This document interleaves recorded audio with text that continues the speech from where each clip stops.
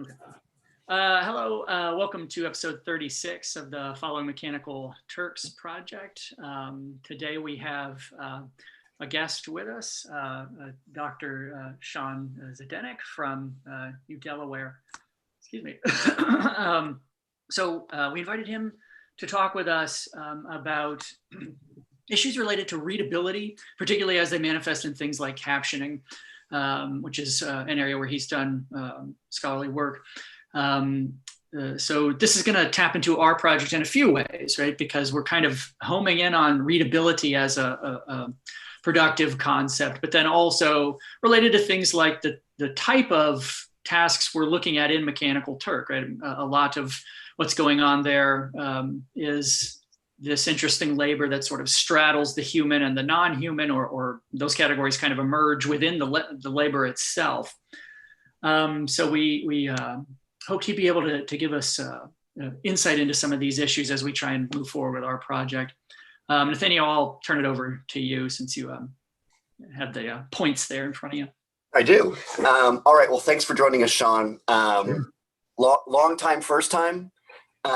So yeah, no, Sean's work has been, Casey Boyle and I have done some stuff on accessibility disability studies, and Sean's work has been a really important touchstone for us in part because not just the attention to captioning, but the sort of unique rhetorical perspective on captioning is not simply a sort of solution to a problem, but also a kind of inventional space, right? That captioning is a kind of inventional space. So I guess that's sort of my opening question is, and I think sort of what drew you to this kind of work, and in particular led you to this sort of focus on, because I know you have a lot of work in tech comm and things like that, but I guess kind of your general approach to this topic, and how you see sort of rhetoric and invention kind of playing a role in that. Yeah, well, I tell this kind of origin story in the preface to my book. My younger son was born deaf. He's 23 now, and we just turned the captions on. Before he was old enough to read, we turned them on, and it was just something that we did at home. I don't need to make this necessarily a really long story, but this is sort of how it got started. And then maybe around 2004, I got interested in news articles about cochlear implants, and I started transitioning my work into disability studies a little bit. But captioning wasn't part of that maybe for a decade. We were just watching captions at home all the time. And then I just started noticing things. This doesn't sound really formal or too scholarly, but I think it just occurred to me, just a series of revelations, I guess, about what captions were doing. Things that I think caption readers have access to that listeners who are watching with captions turned off don't have access to, like speaker identifiers, for example. Identifying a speaker by name, listeners may never know that speaker's name, or it might take 5 or 10 or 20 minutes for that name to be expressed in audio. I mean, I think it was simple things like that. And then also just the whole world of non-speech captions, which I think are so creative and subjective and contextual. I mean, the same sound is captioned in countless different ways by different captioners. Also, the idea that sometimes silence needs to be captioned. I mean, all of these things, I think, are challenges for machines. How does a machine know when to identify a speaker? You don't identify every speaker. So I'm sort of losing the thread of the question here a little bit, but I think that's where it started. Then I just started blogging in 2009, and I got interested in like just making a little video with the clip, and then maybe some on-screen text that pointed out something interesting about that clip. And then I was just sort of blogging about captioning, and it kind of grew into these themes. One theme was like, I call it Caption Irony, just the idea that captions can tell the future. If you're watching with captions, you just may know in advance, and there are just a whole bunch of examples like speaker IDs, I think, that give people advanced information. I don't know, that's sort of where it started. And I continue to be really fascinated every day. Today I really cannot watch TV or Netflix, whatever, without the captions turned on. I can't process it, especially with proper names. Or accents, British accents, just a whole bunch of different issues for me that I feel like as a hearing person, I really require and kind of I need the captions. Yeah, no, I still remember I still do this and now. And of course, because I've read your work, it's now also using the captions, and then also not then being able to not think about what the caption is doing. But I've noticed like in horror films, I'll sometimes do this to like not see what's coming, but sometimes I'll do it so that I block out the captioning, because the captioning will come like a split second before the detective says who does it. And I don't want to, but I still remember your example of I think it was one of the Pirates of the Caribbean movies, that the whole premise that they were cannibals is essentially sort of spoiled by the caption, because it lists them every time they speak as cannibals : say this. That's right. Yeah, identifying the cannibal's language. That's an example of a language identifier, but it gave away. And I think I even counted how many minutes ahead, before the big reveal. But then there are clues along the way. Like if you pay attention closely, maybe I don't always pay attention closely, but there are references to long pork and other sort of slang terms for cannibalism. But then the speaker IDs just sort of tell you, just sort of hit you with that. And I don't know that that was the most accurate caption. I'm not sure. Anyway, but maybe that takes us too deeply into Pirates of the Caribbean or something. But yeah, I mean, I think that's a great example, an early example for me. And actually, my family helped me with that one. My spouse Denise called me in from the other room when they were watching Pirates of the Caribbean 2 and said, "Look at this." And, Yeah. Like, I guess one of the, I think, interesting questions that I think gets us into, I mean, in part the kind of rhetorical piece, right? That there's a sort of a judgment and a creative choice involved in what to caption. And so I'm thinking if you could talk a little bit more about that sort of decision about, I guess a little bit more about like what noises that get captioned, right? There's an example you talk about where the PA announcement is captioned. And there's this, I think it's in one of the Taken films, right? In which case that potentially doesn't need to be captioned. But there are some movies where the PA announcement is providing a kind of juxtaposition to what's happening in the scene. And in that sense, right, the PA announcement would need to be captioned. And so sort of just talking through, right, that for you is that sort of rhetorical moment where someone has to decide what's captionable and then how to go about captioning that. That's right. I mean, I think you sort of made my point for me with those examples, sort of reminding me of those examples. One is from Taken. Yeah, the PA announcement I thought kind of takes you out of that scene. If you're reading the captions, it's this reunion at the end where they're the Liam Neeson is reunited with the family or whatever happens at the end of Taken, and the PA announcement kind of takes you out of that. But then in Night and Day, well, I don't know how much detail you want for this, but there's the TV version of Night and Day, the opening scene in the airport, and then there's the DVD version. And on one of the versions, you just have parentheses, announcement over PA. And in the other version, you have the verbatim in the background. You can't even make out what the PA announcer is saying in the airport, but it's captioned verbatim. And maybe this gets at your question a little bit. I mean, there are radically different approaches to captioning movies. You can sort of summarize in parentheses a whole bunch of sounds, speech and non-speech, or you can take a verbatim approach if it's if those words are included in the script, if you can't make them out. One more thing quickly, I interviewed captioners years ago now, just about a decade ago, and they're telling me that maybe only 40 to 60% of the information they caption is in the script. So there's lots of information, lots of speech sounds that are already transcribed in the script, but then there's a whole bunch of other stuff that they have to basically invent and sort of make those decisions. And they also are working with very slim profit margins, so they can't just sort of sit back and talk talk with each other. Sometimes they do talk with each other in kind of a bullpen situation, but they have to move really quickly. And so sometimes you see, like, I call them boilerplate captions. Like every horror movie has an eerie music caption. Right. There, if the sound is indistinct, you say indistinct chatter in the background or something. I mean, there are these sort of boilerplate captions that you see across movies, I think, because one reason is probably because captioners are just moving. They have to move pretty quickly. Yeah, that's an interesting point, because it potentially taps into those kinds of material, labor conditions, compensation that we're looking at also in MTurk, and how those things potentially can carve their own divisions of, the human and non-human based upon things like, compensation and time. That's right. And these very large captioning projects or captioning systems, they always combine humans and machines. Maybe I shouldn't say always, but the ones that I'm familiar with and that people have talked with me about combine humans and machines. So the machine takes the first pass. The first pass is the auto captioning pass, and then you might have a human editor clean it up. This is how 3Play Media has proceeded, at least in the past. I think it's how Amazon works as well. Yeah, it's a little bit reminiscent. I was thinking of, because as has been discussed, it's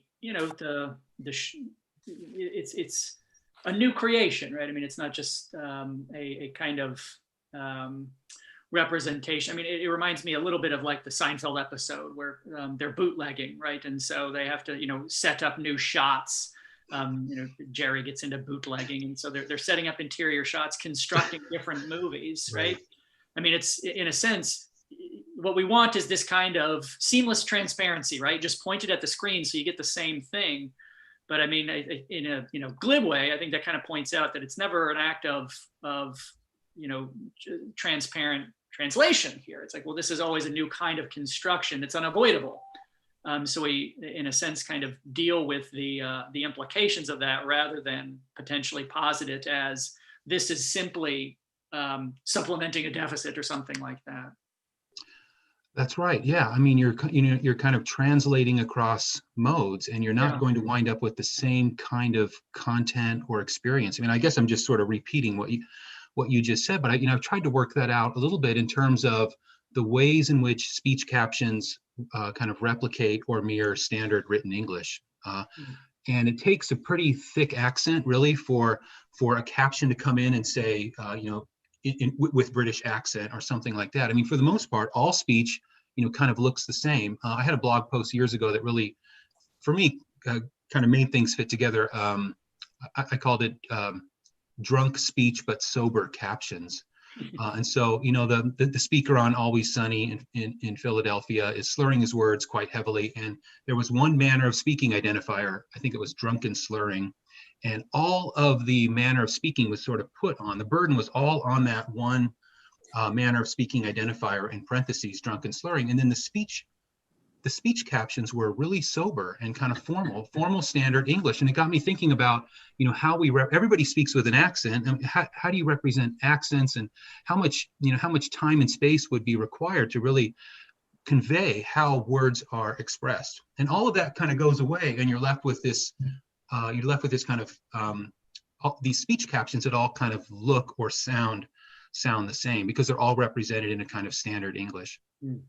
That sort of connects to one of the things that it sort of circulates around Mechanical Turks, and it's some language that Jeremy developed early on, right? There's a sense in which we tend to view this kind of bot kind of training, right, is how can we get bots to behave like humans?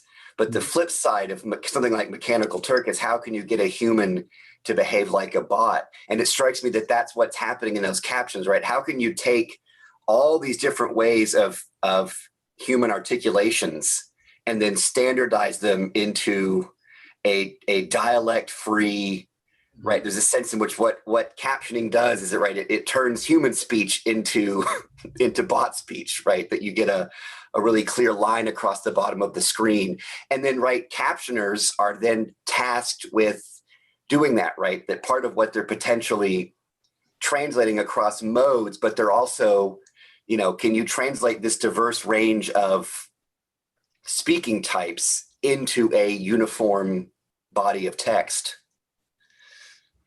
Yeah, that's really interesting. I was trying to think about this with your fifth question, which is I think it's an impossible question. It's impossible for me anyway. But I was thinking about the ways in which, if you want to kind of maximize the power of auto captioning on YouTube, really make it work, then you supply a transcript to YouTube. And YouTube, the machine is really good at timing. So humans don't have to worry about timing if they've got a really good transcript. And so I was trying to think in terms of how to make, maybe similar to your question here. I don't know if I was really so good at my answer here, but really trying to think about how humans must sort of change their behavior to make it fit the machine's affordances or capabilities. Yeah. No, I mean, I think that's I think that's an interesting approach. I mean, that's sort of, I think, what we're interested in with this next phase is looking at the kinds of experiences and practices of Turkers, is right. Once they're in a particular human intelligence task, how are they being constructed as an actor in that task based on the demands, right? So how is that sort of the task calling the tune, right? That we need you to produce this particular kind of alternate text description or caption, and then how does that then shape the decisions that Turker will make? I mean, in many ways, it goes back to your original point. Like, one of those things would be, well, you have to do it very quickly. So that already starts to shape the kinds of decision making that a Turker makes, because they're getting, a penny per minute of the transcription, right? And that starts to impact the kinds of rhetorical choices they would make about what's important and whatnot. If I had 5 minutes to do this versus 10 minutes, that changes the salience of the thing that I'm looking at, which I think complicates the notion of, I think our generic question would be, how would a human caption this? And I think what you're getting at is, well, that it's not as simple as that. It's how would a human caption this in concert with a first draft from an auto captioner, in the context of how much they're being paid, right? I mean, I think there's part of you where the number of captioners that are sort of recent college graduates, and it's a gig they get, right? So it's the and that's why I think the disability perspective is so interesting too, right? That when you say, how would a human capture this? You're begging a whole lot of questions about a sort of normative understanding of a human, right? How would a human with this particular set of capacities in this material situation? And that's kind of what we're interested in, right? That human question, part of what disability studies has done is from not from a kind of, yeah, anyway, I'll stop there. Yeah, I mean, I think that's interesting. When people talk about auto captioning, they are almost always talking about errors. And I don't know. The only thing I know about Turk is from reading your article, a few weeks ago when you contacted me. But I was wondering whether auto captioning kind of forces the humans into a kind of right wrong framework, or accuracy narrowly defined, just make corrections. I don't know that that's the best way to think about what captioning is, but the more complex views of captioning might take more time. And if time is money, maybe this just sort of boils down to kind of right wrong, just make your corrections, or presence absence, what's missing, and fill in the details.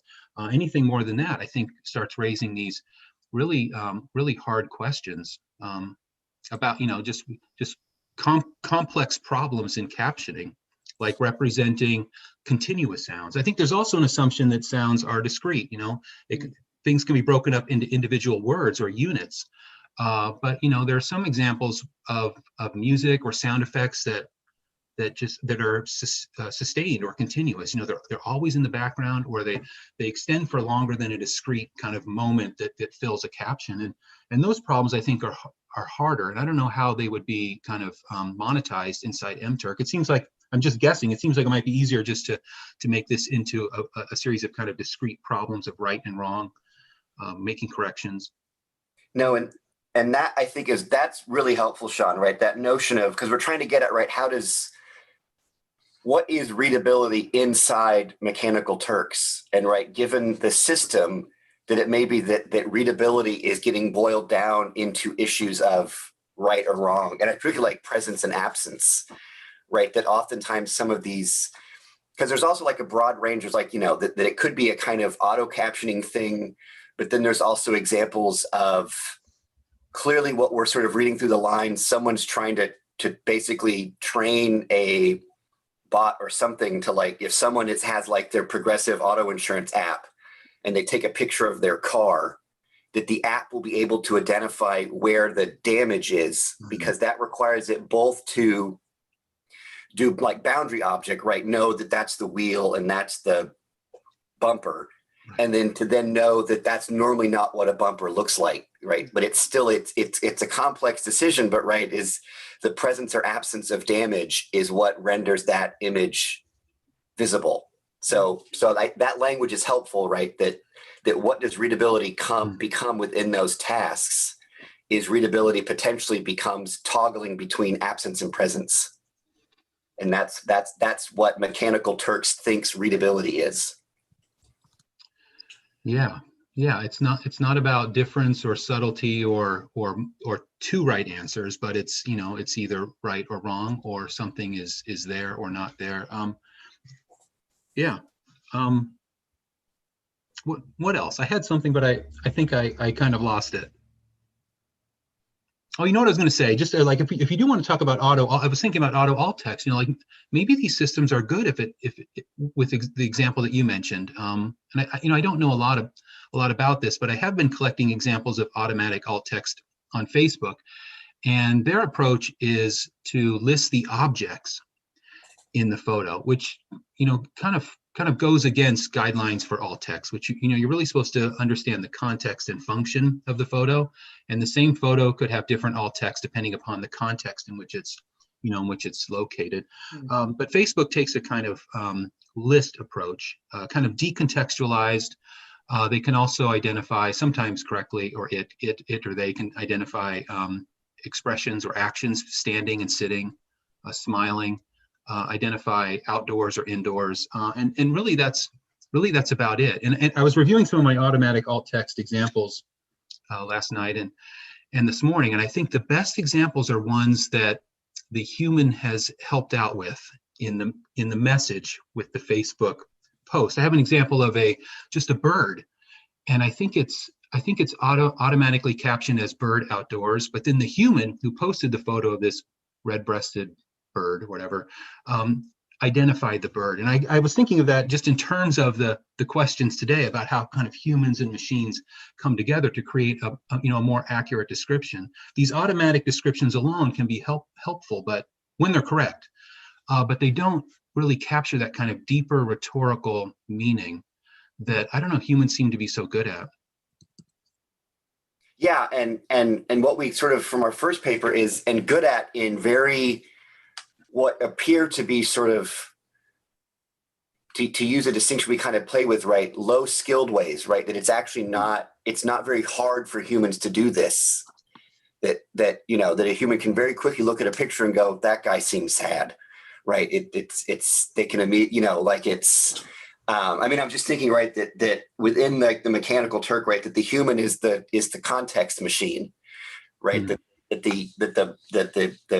the computer can generate the list, and then what the human does is the human then rejumbles it into a scene, right? So what the human does in that assemblage is the human generates the scene. Oh, yeah. I like the way that you put that. As I was looking at these examples too, I have an example of, it's a billboard with a wheelchair, and it was automatically captioned in Facebook as bicycle. And it got me thinking about just how these systems are trained to recognize objects. And I'm assuming, I don't know this for sure, but I'm assuming that bicycles, there are many more bicycles in the training set than there are wheelchairs. Yeah. Well, that's the disturbing example of the self-driving Uber car that hit the woman at night, and it kept going back and forth between, I think it was a bicycle, but like just bicycle versus person on bicycle, and it couldn't ever settle on which one it was, and so it never hit the brakes because it couldn't. The image it was seeing, it had never seen before, and so it essentially didn't exist for it, and so it kept trying to put it in one or two categories, and then because it couldn't do that, it couldn't decide, and so it kept driving. Wow. So it's looking at, because this is something we just, I'm just going to share my screen real quick if that's right. Sure. This is one we were looking at kind of in the lead up to this. So this was a recent announcement right? Microsoft says its AI can describe images as well as people do. I mean, we even see the language being framed that way, and it discusses, right? Image captioning is one of the hardest problems in AI.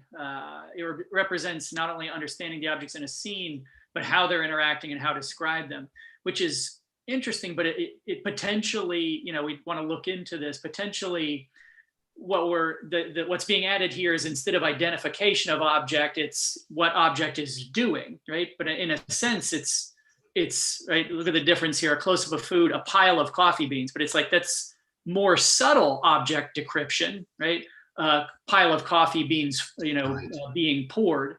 That's a more subtle description, but it does potentially still shorn it of lots of contextual information, right? So it's sort of drilling down into, this is greater accuracy, but it's not necessarily accounting for other forms of relevant information.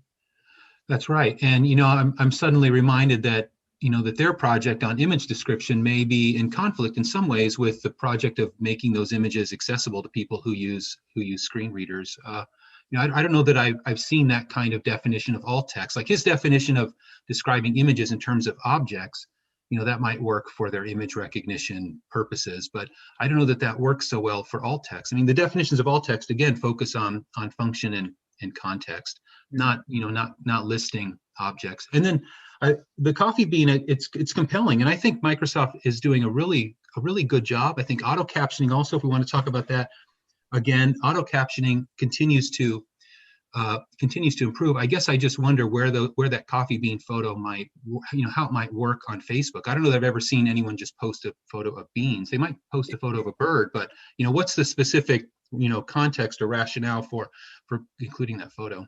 Yeah. Well, on social media? Go ahead. Sorry. No, and I think what's interesting too is there's the kind of that there's alt text, which is designed to make an image accessible to a reader with visual impairment.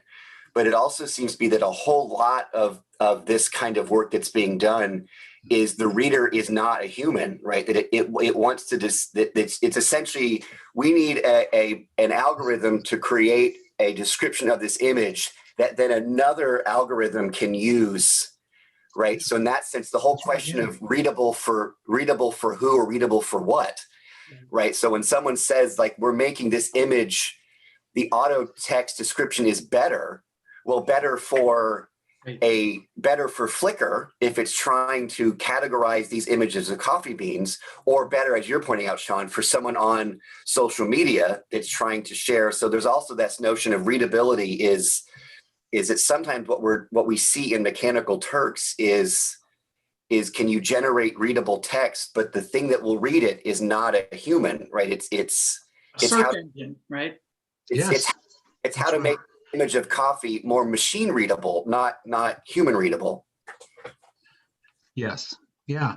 I was trying to find I just do a control F here instead of trying to look through my papers. But yeah, I mean, I part of this project, I think, is really just about surveillance. These images have been kind of a black box on Facebook, and if you can decode all of the content in the images, you can, better market, to the people posting those photos. By the way, and this is from Facebook, over 2 billion photos a day are uploaded to the Facebook properties: Facebook, Instagram, Messenger, and WhatsApp. 2 billion. And if if you can unlock all of that content, you can better understand your users. I think that's one. And then Jeremy, I thought you mentioned search engine. Yeah. If you look at the blog posts or whatever on search engine optimization, the SEO people, they do talk about making videos accessible, but they're really interested in driving traffic to your site. And that's, captions can help drive traffic to your site because the search engine can index those captions much more readily and directly than it can try to index the content of a video without captions. So I think there are these other purposes at work that might be in conflict at times with accessibility, or not really mesh so well with the needs of people who use screen readers or need captions. And that's, I think, another great point, Sean, right? That thinking of the purpose, right? That it's accessible, but it's being made accessible for machines right? So if a pile of coffee beans, right, that might not be helpful for a someone with a visual impairment on Facebook, but if it's someone who sells coffee grinders, it's great. It's a great caption, right? Because I see that Sean has posted over the last week 4 pictures of piles of coffee beans, right? It might be time to send him a targeted ad for a new coffee grinder that we have, right? So, that's right. That Yes. well, it wouldn't give your friends with visual impairments a sense of your lived experience, but it would make it easier for me to sell you a new Mr. Coffee. Yes. Yeah. I think that's. Can I share my screen really quickly? Yes. I don't want to give away identifying information on. I just take screenshots here and there of posts on Facebook. I use this tool in Chrome, just a little plugin called Alt Text Tester. I click it, and then the automatic alt text will come up. It's really handy because there's just so much code, and just trying to right click and inspect the code to look for the alt text is just a real pain. So I can click it, and this is a leather notebook, and it was captioned just thinking about food and coffee. Image may contain food. This is the kind of syntax for automatic alt text. Image may contain : and then a list. What's funny is when I first saw, when it first popped up, I saw image may contain food, and I tried to be like, I thought that was bread. Yeah. Right. Yeah. In your book, Sean, is like, no, the caption made me think that it was bread. And then when you said leather notebook, I'm like, oh no, obviously it's a leather notebook, but right. Yeah, it's like that. I sometimes use this when I teach, that example of when you listen to some audio and it's a little tough to discern, but then when they give you a textual prompt, this is what's being said, it suddenly clarifies the next time you hear it. It's like, oh, precisely that's what it's saying. And it's because you've been framed differently, right? And there are even some instances where if you push that garbling and you caption it one way, it's like, oh yes, I hear that. You caption it a different way, it's like, oh yes, I hear that, right? I mean, the way that it literally sort of changes. I mean, that's a good example, right? I mean, the moment I saw that, I was like, is that bread? I was leaning in. I was like, is that banana bread? Or is that a sheet pan of something? The other example was the reporter during the election is doing results, and a guy comes back in the background and says, "Are you fake news?" He turns around and he probably says, "Buzz off." Right. I remember this one. But it wasn't a captioning, but someone says a journalist finally just tells someone to fuck off. Yeah. And everybody heard that. But if you go back and then of course you have to try to unlearn the caption to try to, is it buzz off? But yeah, which also, right, that the power of captionings to then alter the perception of the content. Yeah, the sense data. Yeah. Yeah, a couple things. One study about some users with autism, they have said, some have said that they just like the multiple input streams or output streams, I guess, just being able to listen and also read at the same time, and the reading can use the word clarify, Jeremy, I think, and that's one of the key functions of captioning. I would argue captions clarify. I mentioned formalize earlier, kind of formal standard English. Captions also equalize. All the sounds kind of rise up to the same kind of sonic layer. That's one thing, that just as multiple input streams can really be helpful in kind of ascertaining the meaning. And some users have said that it's helpful when the captions tell me which sounds are important. We're talking about multiple sounds, and auto captioning works really well when you have a single speaker. As soon as you get multiple speakers overlapping, how do you represent that on the screen? Auto captioning doesn't use placement, but placement can be really useful if you have like a 2-shot with 2 speakers and have a caption underneath each speaker. I'm just starting to ramble on here. I thought there was one more thing here, but maybe it'll come to me in a second.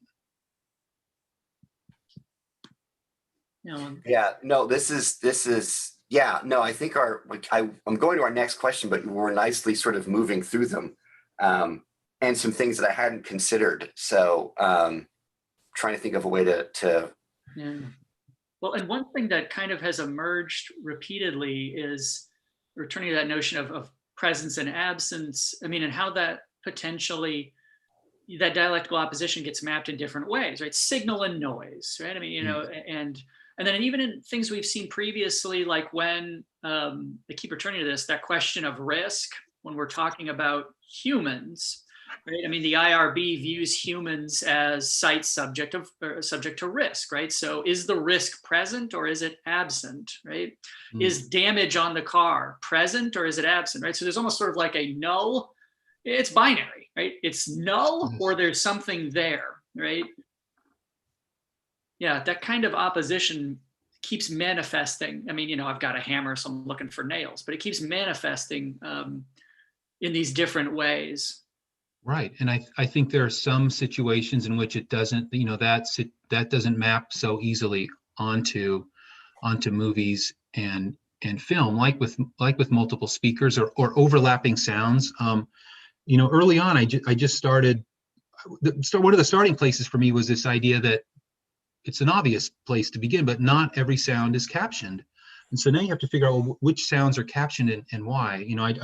For me, it's which sounds are significant, but maybe a term like salience fits here, or relevance has been used as well. So, presence and absence work. I think it works, but there are also decisions that have to be made about what should count, what should be present when you have competing sounds and you just don't have enough room, let's say, on the caption layer, or maybe some sounds would be distracting and irrelevant. Like one of the examples that a captioner gave me when I interviewed him was dog barking in the background. So in the kind of Foley sounds or this kind of stock setup, the establishing shot, there might be a dog barking, and so you might caption that if you're the captioner.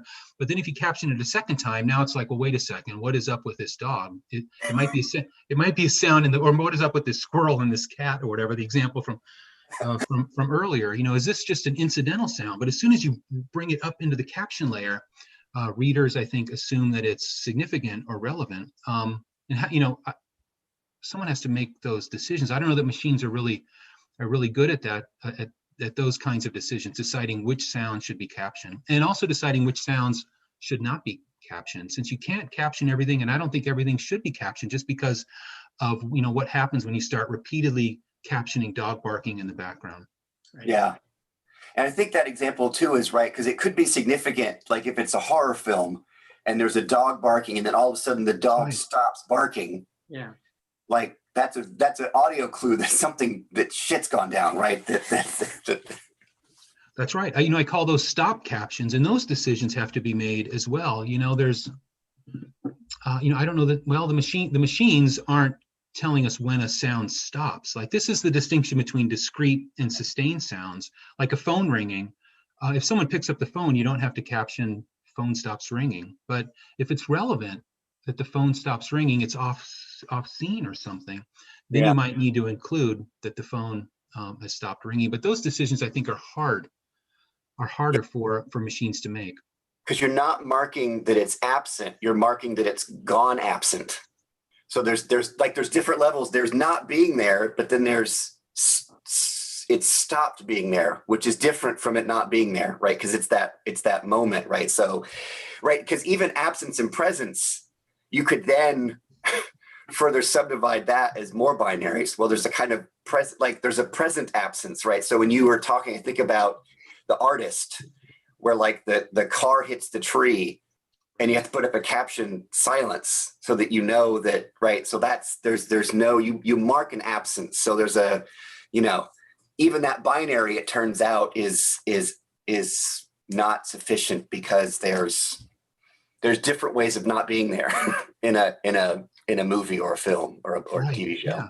Like, how do you determine when silence is salient or relevant to the scene? And that's why, I think these machines are good at, I think they're sort of based on the assumption that sounds are discrete. And that's why, it's really, I think it's really about speech sounds, discrete words spoken.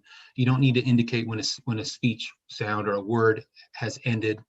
When you get into some of these other situations that you mentioned, like you expect a sound, but no sound has been made, like in that silent movie, The Artist, you need to know that viewers expected a sound to occur and one didn't occur, so you need to mark it on the screen as with a silence caption. Yeah, which requires a reader to at least have some familiarity with the genre of the silent film. And like, I think this is why you're pointing out, right, that captioners actually like to get, the struggling English major to do captioning because they've got some experience processing, literary texts. Or, it'd be great if you could get a bot trained by a film buff that would know that, like, that's not just a scream, that's the Wilhelm scream. Right. And to know that, you'd have to at least give the bot that scream. And so it would know, ooh, that's not just any scream. That is a scream that's a trope throughout, science fiction or action films. Yeah. I mean, this is like cultural literacy. I know this is really just kind of a really basic, really sort of basic idea, but some sounds have histories, and you sort of need to know it's like the 5-note motif you're reminding me of from Close Encounters. These aren't just five notes strung together, but they have this really sort of compelling history and origin with that movie, or the scream that you mentioned, or a voiceover. My understanding is that some of these voiceover actors for commercials, like maybe Progressive, you mentioned Progressive earlier, they're paid like 7 figures. And do you just caption the speech, or should you identify in the captions whose voice that is? And can a machine recognize John Krasinski's voice, for example? Right. Yeah. No, well, that's, yeah. And then well, this is also like that the caption can sometimes be helpful because captions, I mean, sometimes I'll Google a caption because the caption will give it some, it'll somewhat gesture towards the illusion that's been made. And then I can look that up, right? My favorite one is that the voice of the computer in Wall-E is Sigourney Weaver, who's famous for yelling at Mother in Alien, right? So there's like that, choosing her as the voice of the ship is an Alien reference. I mean, as far as I'm concerned, that's all it is. Yeah, broad history with automatons, right? I mean, starting from that first movie. Which then, because, apparently all the Pixar movies take place in the same universe, is then she's the voice of the aquarium in Finding Dory, where she self-identifies as, this is Sigourney Weaver, but she's doing like the same voice. And so it's, but that's, yeah. And what's also interesting too, that to move, I don't know where this moves it, but we've been primarily looking at visual-based readability in terms of objects. So I think it's also useful to think too about, right, how does something like a boundary object in an image map onto discreteness at the sonic level, right? Are those equivalent tasks, like to being able to visually mark the edge of a car and then the background behind it, is that analogous to the discreteness of a word or a non-speech sound? Yeah. That's really interesting. Recently, maybe within the last couple of years, Google has introduced 3 non-speech captions for music, laughter, and applause. And it's sometimes they get it wrong. I mean, you'll see if you watch auto-captioned YouTube videos, you'll see a music caption, and that's about as far as they've gotten with this. I mean, I don't know how helpful just captioning something as music is. I think one of the assumptions is that something is better than nothing, but as you move away from the discreteness of speech, you get into this really, I don't know, the really hard problems. I think just from my outsider perspective, non-speech sounds seem to be really hard to teach machines to recognize. And so they're kind of dipping their toe in with music, laughter, and applause, and sometimes they get them wrong. And then I think, well, how useful is it just to have music in brackets? Yeah, I guess too, to kind of think, to go back to the kind of relationship stuff, is thinking about, right, when you're talking about the ways in which the human captioner will sort of do a second pass. Right, there's also, I wonder if there's a way to look at it where it's not just, and it's going to sound like I'm trying to give the machine more credit, right? But there's a sense in which they're not just reviewing what the machine does, because the machine has made a bunch of things available for captioning that might not have been available before it did its run, right? So can you see the machine in that pairing, right, as simply doing a rough job of captioning that then a human captioner has to clean up? Or is there also a sense in which the machine is harvesting all these possible things to caption that then the captioner works with? So in that sense, the human isn't simply doing editorial work, right? It's not just cleaning up the caption, but it's actually working with, right? The machine comes back like almost, I'm now imagining like a golden retriever that, look at all this stuff I brought to you, right? And now this is a resource you can work with, as opposed to a poor version that you have to clean up. Wow. Yeah. I mean, I'd like to learn more about exactly what's happening on the inside. I do know with automatic alt text, there is a kind of confidence level. I think it's 0.8 or something. 80% confident before the machine can spit out one of the items in the list for the automatic alt text. And I'd be curious, what other alternatives the machine has considered. Like, is this food or a notebook? And I'm pretty confident it's a notebook, so I'll leave food out because I'm only 0.67% confident, something like that. With auto captioning, yeah, I mean, I think the auto captioning just seems to work best when it's speech only, when there's a single speaker, when the speaker is indoors and not, making a video outside or something like that. When the conditions are quiet, and when the speaker has a kind of, normative speaking voice, so heavy accents, may trip the system up, or non-native speakers of English may not be recognized as readily. I mean, I think there are a number of like implications or assumptions sort of built into these systems. Some speakers are just going to be more readily recognized.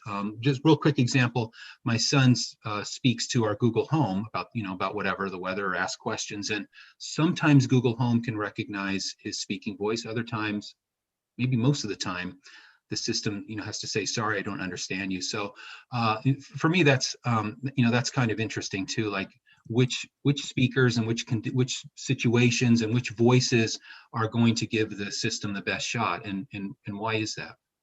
Yeah, well, I think that's part we're interested in is, right, that at that moment, right? I mean, I'll even find myself, if I'm frustrated with like the Google Home or Alexa, I'll actually switch to talking as much like a robot as I possibly can, right? So that there's a sense in which we normally see it as I've got to train Alexa to understand me. No, Yes. Alexa's got to train you to it. Intelligible. I mean, I'm also now thinking about, right, no, we didn't domesticate dogs. Dogs probably domesticated us, right? There's a sense in which the machine is both trying to render things readable, but there's also a sense in which the machine is trying to get the human to render itself as readable to it. Reminiscent of like earlier search engines, although even now, I mean, it's potentially less visible, where you're in that battle of how do I represent my query to be intelligible? I mean, we still do it when you Google. It's like, how do I think in terms of what you want?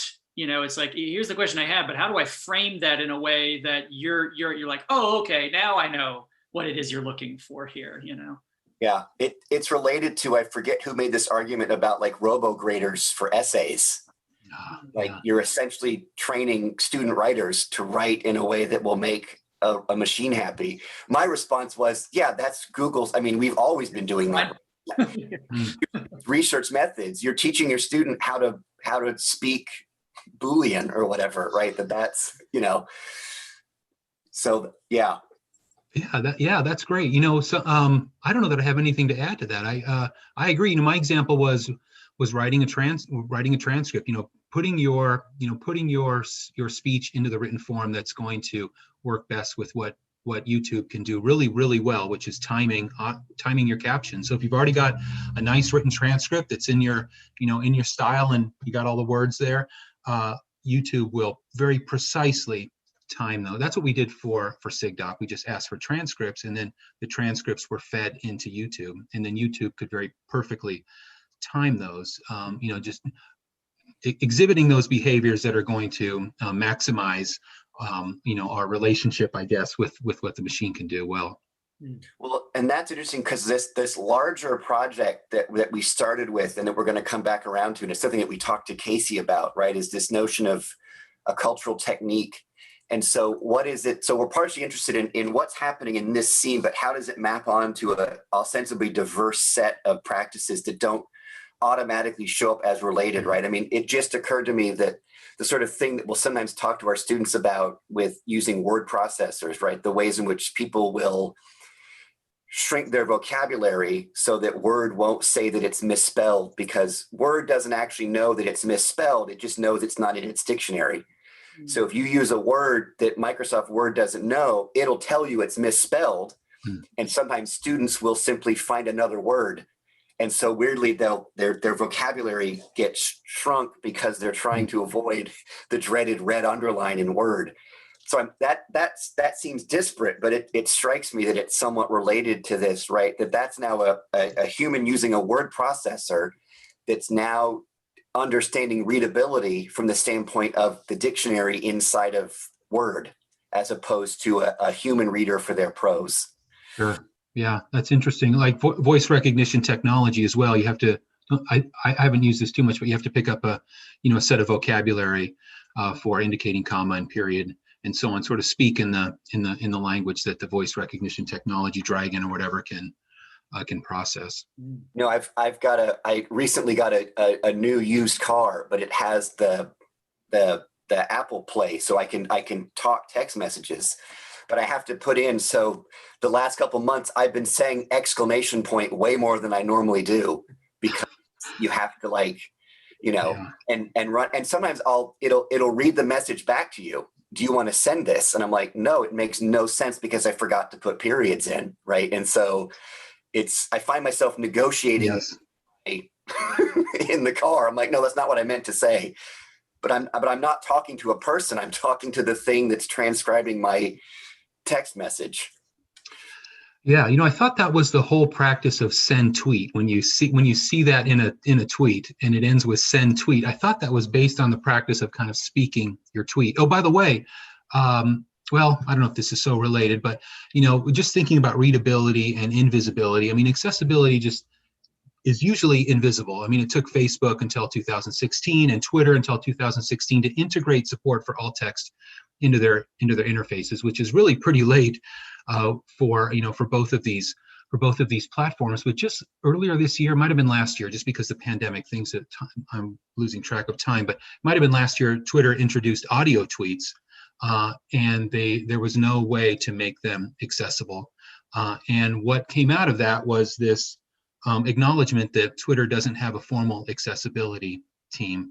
I think they have one now, because I went to a webinar maybe over the summer where they now have a formal accessibility team. But just thinking about readability on Twitter and Facebook, and the extent to which accessibility is it's always been an afterthought. It takes these platforms a while, a lot of campaigning to build support for alt text into the system. And then maybe something else might be screenshots as well on Twitter. People love to take screenshots, and there are multiple reasons to do that as well. Maybe you don't want to promote or kind of boost a tweet, so you take a screenshot of it, right? But then the screenshot is not accessible.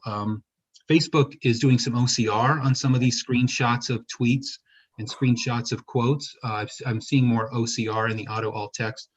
But for the most part, an image of text is not accessible. I'm losing the thread here, but I'm just sort of thinking about the things I haven't mentioned. Dead on the thread. I mean, I'd forgot OCR.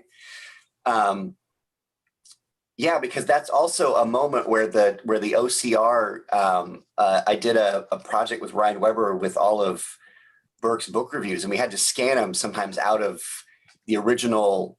And so that OCR process was going in and sort of meeting the text halfway and figuring out, I forget, once we scanned something where someone had been abbreviating the instead of postmodern, they were putting POMO.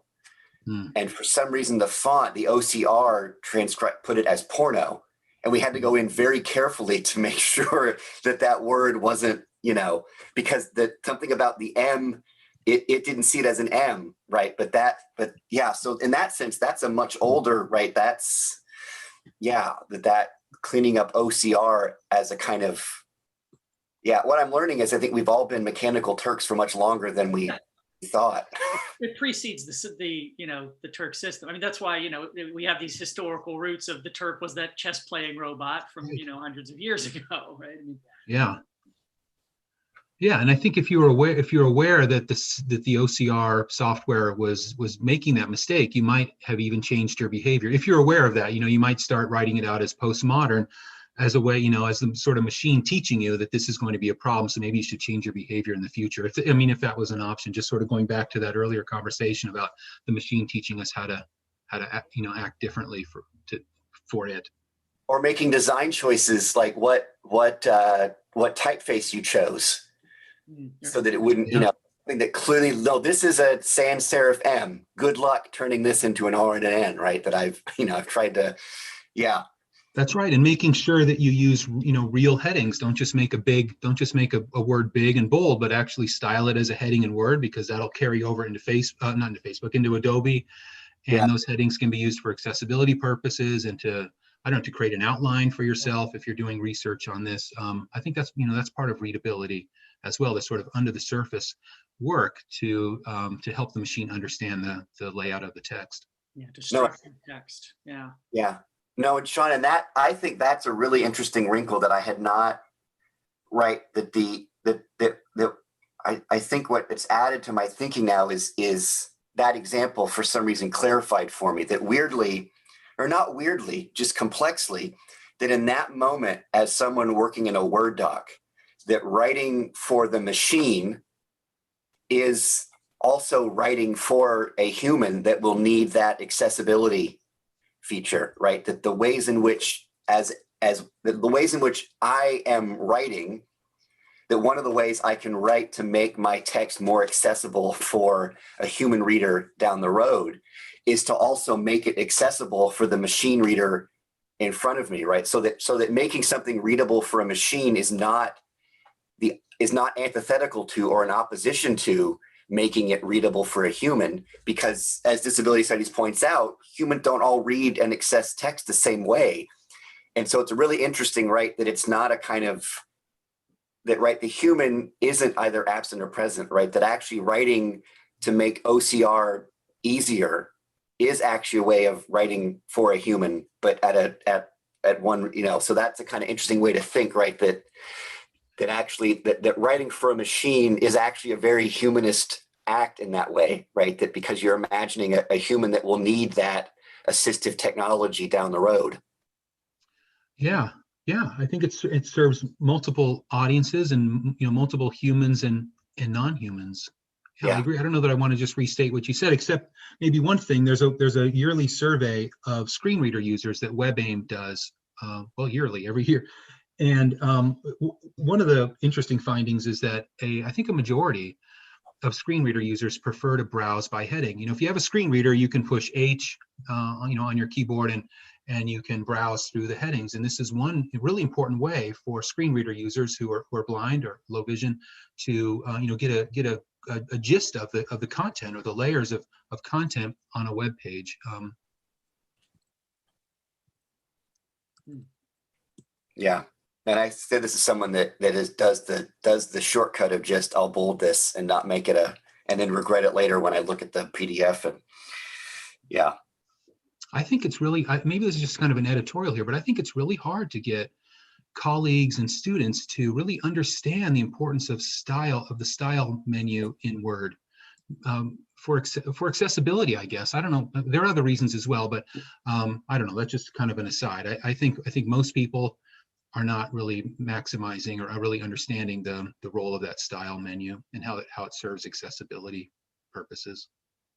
But what's interesting is that emphasizing the human machine Word as a machine relationship is actually a way of thinking through accessibility, right? That accessibility is actually a kind of always an ongoing collaboration between humans and particular technologies. Yeah. I'm sorry, I didn't mean to interrupt. I agree. I took your 5 questions, and I made them into headings, and then I opened up the review. The review menu in Word, so I could see the 5 questions, on the side. you can make a table of contents with your with your headings as well automatically. Yeah. You know, I am a little bit over time. I have a 10 a.m. meeting. I'm really enjoying this conversation. Thank you for inviting me. Of course. Yeah. No, and thanks for coming. Yeah, and I think as bad as poorly phrased as my fifth question was, I think the whole conversation really helped to address it. I think kind of thinking about how, really expanding that notion of readability and how it gets thought and generated and accessed is, I think, something that's going to be important for us going forward. Yeah, this has been fascinating, Sean. This has been really enjoyable, but also really like my mind is running a mile a minute now. So, well, that was a great conversation. I thought. Thank you very much. And if you do want to talk some more, I mean, at the very least, I don't know. Let me know when part 2 comes out. I really did enjoy part 1. It gave me a lot to think about. I haven't really thought about this too deeply, and this gave me an opportunity to sort of think a little bit about it. Yeah. All right. Well, thank you so much again. You posted. Yeah. Okay. All right. Bye, Sean. Great. Thank you. See ya. Okie doke. Yeah, that was fantastic. Yeah. You know, one thing I didn't get a chance, and I was kind of worried about impinging upon his time. But, you know, the way this might, I don't know if it's directly related, but it's, you know, there is a literal connection, dude, that, you know, how that might cut the other way, right? So if we're looking at auto captioning as for people with auditory impairments, right? So it puts the speech, people who have visual impairments, right? I'm reminded now of a podcast I was listening to about how Stevie Wonder is apparently a huge film buff.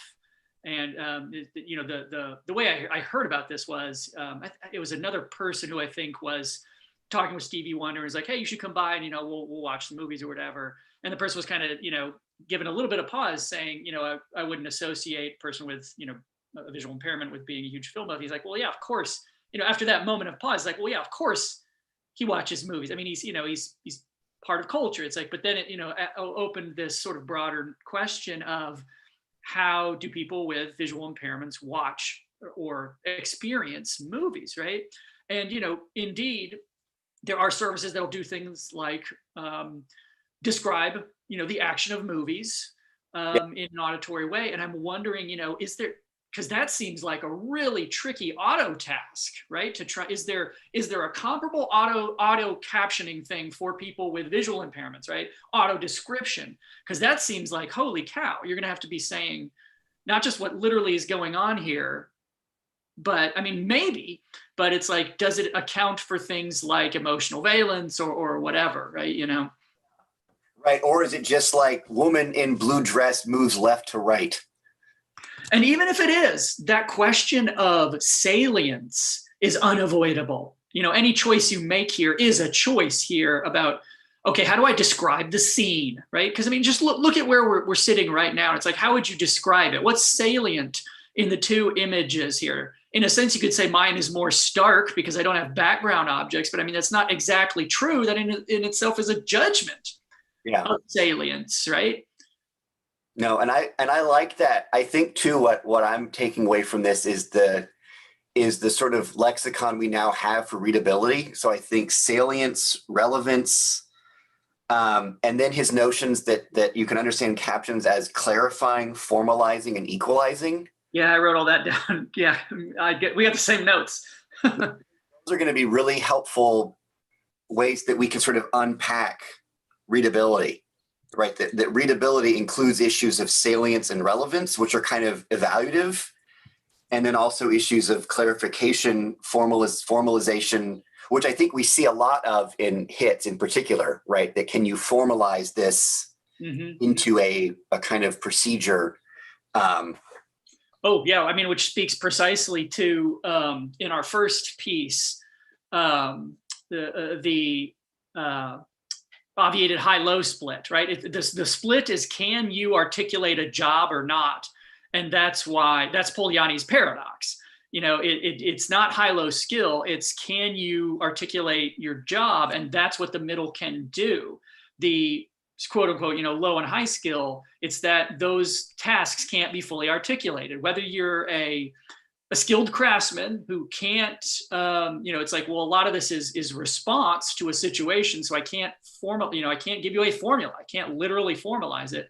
Or at the, typically high end of, well, it's creative work, so it resists, formalization.